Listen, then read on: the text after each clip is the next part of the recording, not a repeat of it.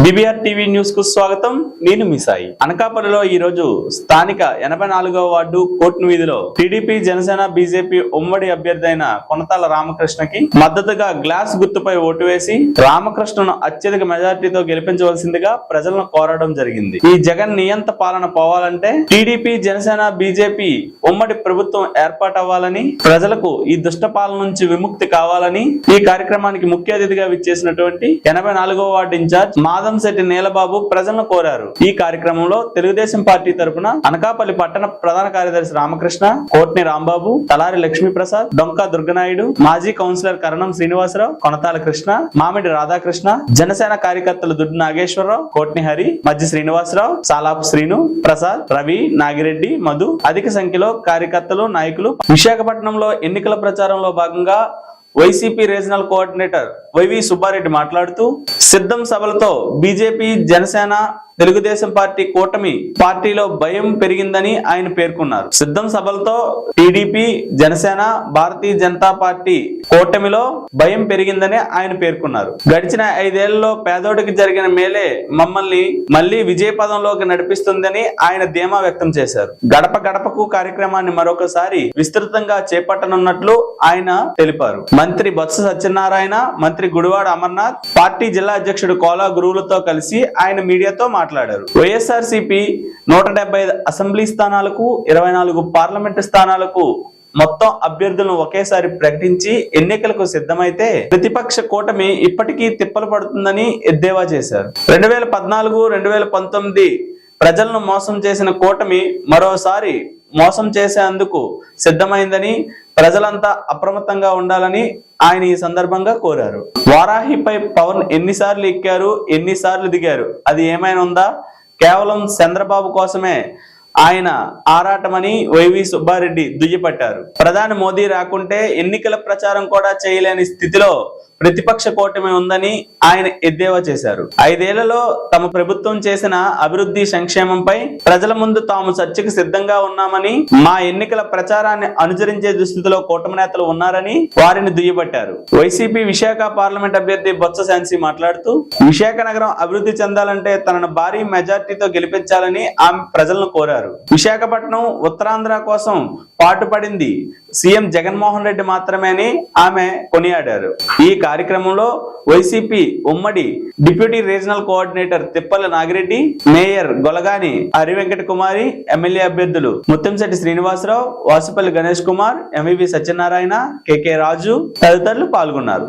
రానున్న సార్వత్రిక ఎన్నికల్లో మహిళలు, గర్భిణీలు, బాలింతలు పెద్ద సంఖ్యలో తమ ఓటు హక్కును వినియోగించుకునేందుకు వీలుగా పోలింగ్ కేంద్రాల్లో ప్రత్యేక ఏర్పాట్లు చేయాలని ఆంధ్రప్రదేశ్ మహిళా కమిషన్ చైర్పర్సన్ గజ్జల వెంకటలక్ష్మి ఎన్నికల కమిషన్ కు విజ్ఞప్తి చేశారు. ఈ మేరకు ఆమె ఎన్నికల కమిషన్ కు రాసిన లేఖను గురువారం మీడియాకు విడుదల చేశారు. పోలింగ్ బూతుల వద్ద మహిళలకు ప్రత్యేక క్యూ లైన్లు ఏర్పాటు చేయాలని, బాలింతల కోసం ఫీడింగ్ రూమ్ అందుబాటులోకి తీసుకురావాలని కోరారు. గర్భిణీలకు అత్యవసర సమయాల్లో వైద్య సేవలు అందించేందుకు చర్యలు తీసుకోవాలని ఆమె కోరారు. ఓటు వేసేందుకు వచ్చిన మహిళలు వడదెబ్బకు గురి కాకుండా అన్ని పోలింగ్ కేంద్రాల వద్ద షెల్టర్లు ఏర్పాటు చేయాలని, మంచినీరు, ఓఆర్ఎస్ ప్యాకెట్లు అందుబాటులో ఉంచాలని ఆమె కోరారు. మహిళల కోసం ప్రత్యేకంగా మొబైల్ టాయిలెట్స్ ఏర్పాటు చేయాలని, లైంగిక దాడులు, వేధింపులు గురైన మహిళలకు తగిన న్యాయం చేసేందుకు, బాధితులను పరామర్శించేందుకు మహిళా కమిషన్ చైర్పర్సన్ సభ్యులకు ఎన్నికల నిబంధనలకు సడలింపు ఇవ్వాలని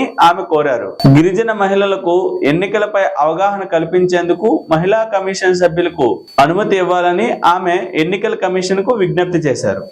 ప్రభుత్వ పాఠశాలలో ఆధునిక సాంకేతిక పరిజ్ఞానంతో అందిస్తున్న విద్యా బోధనకు గాను ప్రైమ్ మినిస్టర్ ఎక్సలెన్స్ అవార్డుకు ఆంధ్రప్రదేశ్ ఎంపికైంది. ఆంధ్రప్రదేశ్ లోని ఆధునిక విద్యకు శ్రీకారం చుడుతూ సీఎం జగన్మోహన్ రెడ్డి ప్రవేశపెట్టిన విద్యా విప్లవానికి దేశవ్యాప్తంగా ప్రశంసలు అందుతున్నాయి. బ్లాక్ బోర్డ్ స్థానంలో తీసుకొచ్చిన interactive flat family IFSC content తో కూడిన ట్యాబ్ల ద్వారా ఆధునిక బోధనకు గాను రాష్ట్రానికి అవార్డు వరించింది. ప్రభుత్వ పాఠశాలలో అమర్చిన IFBలు 8, 9 9 తరగతుల విద్యార్థి చేతుల్లో ఉన్న ట్యాబ్ల ద్వారా విద్యా బోధన, సందేహాల నివృత్తికి బీటెక్ ఫైనల్ ఇయర్ విద్యార్థులను పాఠశాలకు అనుసంధానం చేస్తూ ప్రవేశపెట్టిన future skills exercise best innovation కేటగిరీలో అవార్డు ఎంపికలో కీలక పాత్ర వహించింది. దేశంలోనే అత్యుత్తమ విద్యా బోధన చేస్తున్న అవార్డుకి ఎంపిక చేసిన కేంద్ర ప్రభుత్వం క్షేత్రస్థాయిలో పరిశీలనకు 2 అధికారులను రాష్ట్రానికి పంపింది. కేంద్ర డిప్యూటీ కార్యదర్శులు హాషిన్ సక్సేనా, హరీష్ రాయ్ తో కూడిన బృందం గురువారం గుంటూరు జిల్లాలోని పెదకాకాని మండలం Venigandla ZP high school, Guntur Chowtri centre లోని ప్రభుత్వ బాలికల ఉన్నత పాఠశాల, పట్టాభిపురంలోని నగరపాలక సంస్థ ఉన్నత పాఠశాలను సందర్శించింది. విద్యాశాఖ ముఖ్య కార్యదర్శి ప్రవీణ్ ప్రకాష్ వీరికి పాఠశాలలో అమలు చేస్తున్న సాంకేతిక పరిజ్ఞాన విద్యా బోధన గురించి వివరించారు. కార్పొరేట్ పాఠశాలలకు తలదన్నేలా ప్రభుత్వం ప్రవేశపెట్టిన ఆధునిక బోధనా పద్ధతులను తిలకించిన అధికారులు ఆశ్చర్యం వ్యక్తం చేశారు. ఐఎఫ్బీలు, ట్యాబుల ద్వారా విద్యా బోధన అందించడంతో పాటు దేశంలోనే తొలిసారి ఇంజనీరింగ్ విద్యార్థుల పాఠశాలలకు అనుసంధానం చేస్తూ ప్రవేశపెట్టిన ఫ్యూచర్ స్కిల్స్ ఎక్సర్సైజ్ కార్యక్రమంపై ప్రశంసలు కురిపించారు. విద్యార్థులతో మాట్లాడిన ఆశిష్ సక్సేనా, హరీష్ రాయ్ బృందం వారిలో అద్భుతమైన మేధస్సు, సబ్జెక్టుల వారీగా పట్టు, ఇంగ్లీష్ భాషా పరిజ్ఞానంపై సంతృప్తి వ్యక్తం చేశారు. యాప్ల ద్వారా innovative trends, ship, short app, Byju's content ను, ఇంజనీరింగ్ విద్యార్థులు బోధిస్తున్న తీరును, internet of things, machine learning తదితర సాంకేతిక నైపుణ్యాలపై పాఠశాల స్థాయిలోనే అవగాహన కల్పిస్తున్న తీరును పరిశీలించారు. ఐఎఫ్బీల ద్వారా ఉపాధ్యాయులు విద్యార్థులకు అందిస్తున్న బోధనను ప్రత్యక్షంగా తిలకించారు. ఫ్యూచర్ స్కిల్స్ ఎక్సర్సైజ్ కార్యక్రమం ద్వారా ఏ విషయాలు తెలుసుకుంటున్నారని విద్యార్థులను ఆ బృందం అడిగి తెలుసుకుంది. తరగతులు బోధిస్తున్న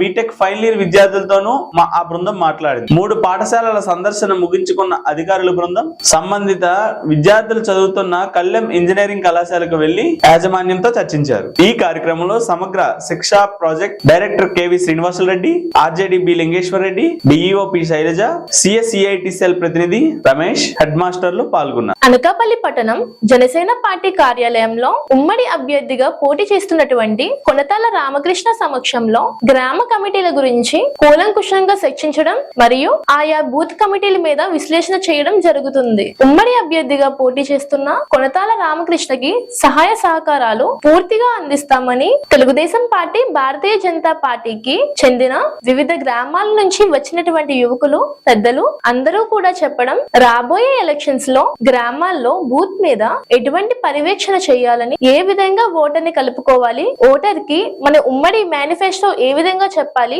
భారతీయ జనతా పార్టీ కేంద్రంలో ఏ విధంగా అభివృద్ధి చేసింది అనే విషయాలపై చర్చించి వివరించడం జరుగుతుంది. ఈ కార్యక్రమంలో తెలుగుదేశం పార్టీ మాజీ ఎమ్మెల్సీ, జిల్లా పార్టీ అధ్యక్షులు బుద్ధ నాగజగదీశ్వరరావు, డాక్టర్ కెవి నారాయణరావు, ఎన్ఎఫ్ఐ సత్యనారాయణ, గుడాల సత్యనారాయణ, మాజీ కౌన్సిలర్ జగన్మోహన్ రావు, కొత్తూరు మాజీ సర్పంచ్ మేడిశెట్టి రాధా నోకరాజు, సీనియర్ నాయకులు, భారతీయ జనతా పార్టీ అధ్యక్షులు ద్వారపరెడ్డి పరమేశ్వరరావు, జనసేన పార్టీ నాయకులు శ్రీరామదాస్ గోవిందు, దూలం గోపి, తాడి రామకృష్ణ, వీర మహిళలు, కార్యకర్తలు తదితరులు పాల్గొన్నారు. ఈ రోజు అనకాపల్లి పట్టణంలో వైఎస్ఆర్సీపీ కార్యాలయంలో కసింకోట మండలం నుంచి 60 మంది యువకులు వైఎస్ జగన్మోహన్ రెడ్డి చేస్తున్న సంక్షేమ పథకాలకి ఆకర్షితులై అనకాపల్లి నియోజకవర్గ అభ్యర్థిగా పోటీ చేస్తున్న మలస భరత్ కుమార్ సమక్షంలో వైఎస్ఆర్సీపీ పార్టీలో చేరారు. యువకులు అందరికీ పార్టీ కండువా వేస్తూ భరత్ కుమార్ సాదరంగా పార్టీలోకి వారిని ఆహ్వానించారు.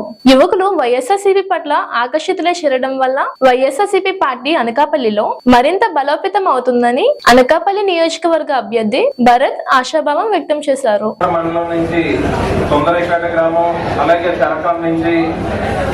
మన కసింకోట మండల వైఎస్ఆర్ కాంగ్రెస్ పార్టీ నాయకుల ఆధ్వర్యంలో, జడ్పీటీసీ శ్రీధర్రాజు గారి ఆధ్వర్యంలో, అలాగే పెద్దలు ప్రకాష్ గారు, అలాగే సర్పంచ్ వాసు గారి ఆధ్వర్యంలో దాదాపు 60 మంది టీడీపీ మరియు జనసేన నుంచి కార్యకర్తలు వచ్చి వైఎస్ఆర్ కాంగ్రెస్ పార్టీలో చేరడం జరిగింది.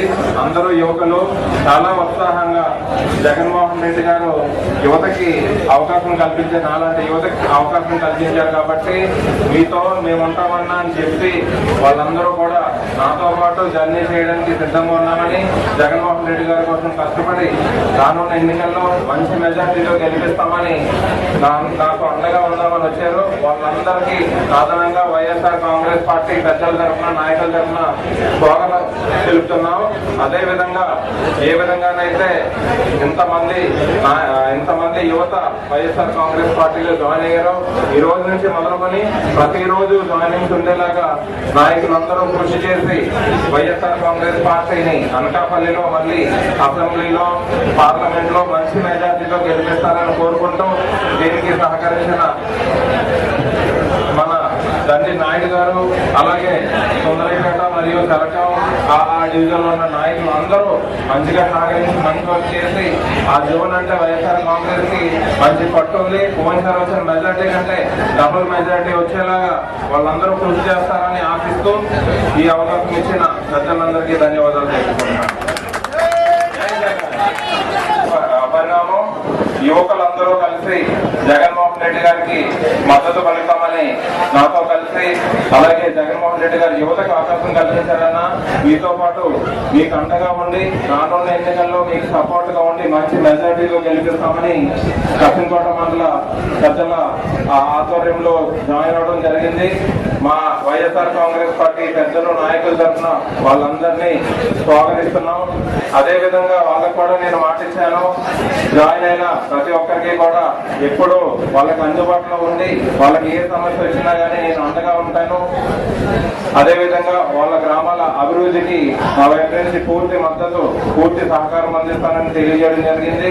మేమందరం కలిసికట్టుగా రానున్న ఎన్నికల్లో విజయానికి అంటే మంచి మెజార్టీతో విజయం సాధించాలనేటువంటి ఒక మంచి నిర్ణయంతో మొన్నటి నుంచి డోర్ టు డోర్ కూడా ప్రారంభించడం జరిగింది. దానికి 2 మండలాలు మరియు పట్టణం నుంచి ప్రతి వైఎస్ఆర్ కాంగ్రెస్ పార్టీ కార్యకర్తల నుంచి నాయకుల నుంచి మంచి సంపూర్ణమైన మద్దతు లభించి అంటే మొన్న మహోత్సవానికి దాదాపు అన్ని గ్రామాల నుంచి ఒకటే టైంకి పెద్ద ఎత్తున డోర్ టు డోర్ ప్రారంభించడం జరిగింది.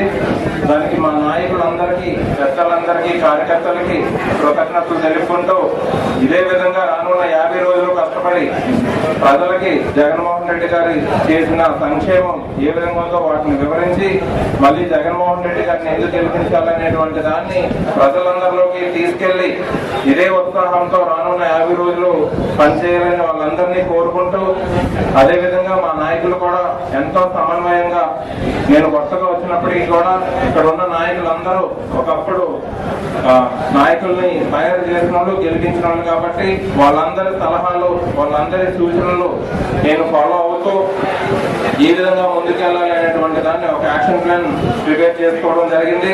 కాబట్టి మా నాయకులందరినీ రానున్న 50 రోజులు కష్టపడి ఏ విధంగానైతే 2019లో మంచి మెజార్టీతో ఇక్కడ అమర్నాథ్ గారిని అలాగే ఎంపీ సత్యవతమ్మ గారిని గెలిపించారో రానున్న ఎన్నికల్లో కూడా దానికంటే ఎక్కువ మెజార్టీతో గెలిపించడానికి అందరూ కష్టపడుతున్నారు. వాళ్ళందరికీ ప్రత్యేకంగా కృతజ్ఞతలు తెలుపుకుంటున్నాను.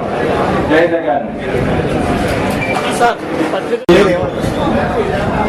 అవి మేము పట్టించుకోలేదు, ఎందుకంటే మా నాయకులందరూ కూడా డే 1 నుంచి నేను ఎప్పుడైతే వైఎస్ఆర్ కాంగ్రెస్ పార్టీలో చేరానో జగన్మోహన్ రెడ్డి గారి ఆఫీసులతో ఇక్కడ సమన్వయకర్తగా నియమించబడ్డానో ఆ రోజు నుంచి ప్రతి నాయకులు 2 మండలాలు పట్టణంలోంచి కార్పొరేటర్లు కానీ అందరూ కూడా సంపూర్ణమైన మద్దతు తెలిపారు నాకు. ఈ సామాజిక మాధ్యమాలు వస్తున్నటువంటి ఫేక్ అవన్నీ ఏంటంటే ఒక చెడ్డ ప్రచారం, వాటిని ఎవరు పట్టించుకోవద్దు, అలాంటిది ఏమీ లేదు. అందరూ సమన్వయంగా వాళ్ళు నాకు ఇంకా బాగా హెల్ప్ చేసి ఏ విధంగా వాళ్ళు అప్పుడు అమర్నాథ్ గారిని గెలిపించారు అంతకంటే ఎక్కువ కష్టపడాల్సి ఉంది ఇప్పుడు. ఎందుకంటే అన్ని పార్టీలు కలిసాయి ఇప్పుడు వాటిని ఏ విధంగా ఎదుర్కోవాలని మేము రాత్రి ఆల్మోస్ట్ 11-12 వరకు అందరూ సాయం చేస్తూ రేపు ప్రోగ్రామ్ అన్ని ఫిక్స్ చేస్తూ సహకరిస్తున్నారు. అందరూ కూడా చాలా సంపూర్ణ మద్దతు ఇస్తున్నారు. అలాంటి అపోహలు అంటే మా మధ్య డిస్టర్బెన్స్ పెట్టడానికి కానీ ఏమైనా గ్యాప్ పెట్టడానికి కానీ చిన్న కన్ఫ్యూజన్ క్రియేట్ చేయడానికి వస్తున్నటువంటి అవసరమైన వార్తలు వాటిని ప్రజలు కూడా అర్థించట్లేదు. ప్రజలు ఎవరు కూడా నమ్మటం లేదు. ఏదో రాస్తున్నారు చేస్తున్నారు, ఏదో 1-2 పత్రికల్లో వచ్చాయని చూసాను నేను కూడా. అవన్నీ ప్రజలు నమ్మట్లేదు, అది వాస్తవం కాదు కూడా.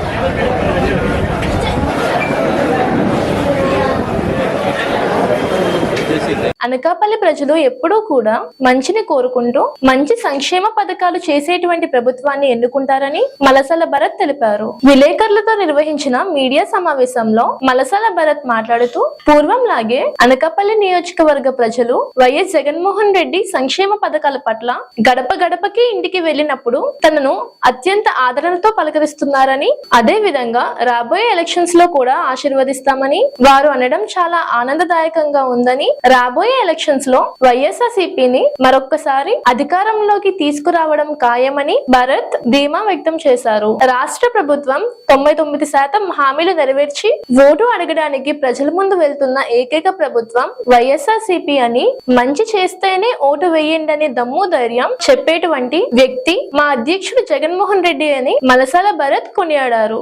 ప్రతిష్టాత్మకమైన విశాఖ న్యాయవాదుల సంఘం వార్షిక ఎన్నికల నామినేషన్ పర్వం ప్రారంభమైంది. గురువారం వివిధ స్థానాలకు 61 మందికి పైగా నామినేషన్లు దాఖలు చేసినట్లు ఎన్నికల అధికారి సీనియర్ న్యాయవాది కేశప్రగడ వెంకట నరసింహమూర్తి తెలిపారు. కేవలం అధ్యక్ష స్థానానికి సీనియర్ న్యాయవాదులు బి సత్యనారాయణ, తాలూరి రవికుమార్, నమ్మి సన్యాసిరావు, ఐఎం మహమ్మద్ నామినేషన్ దాఖలు చేశారు. కీలకమైన కార్యదర్శి పదవికి డాక్టర్ కొల్లూరి రవిశంకర్, ఏవి సోమేశ్వరరావు, జి సుబ్బారావు, ఉపాధ్యక్ష పదవికి సలాది శ్రీనివాస్, ఎన్టీపీ గోపాలకృష్ణ, పీల మీనాక్షి నామినేషన్లు వేశారు. సీనియర్ సభ్యురాలిగా టి హేమామాలిని నామినేషన్ దాఖలు చేశారు. మరో 6 పదవులకు 50 మందికి పైగా న్యాయవాదులు పోటీలో ఉన్నారు. అభ్యర్థుల నామినేషన్ ఉపసంహరణ అనంతరం తుది జాబితా విడుదల చేస్తామని సహాయ ఎన్నికల అధికారి బండి ప్రభాకర్ తెలిపారు.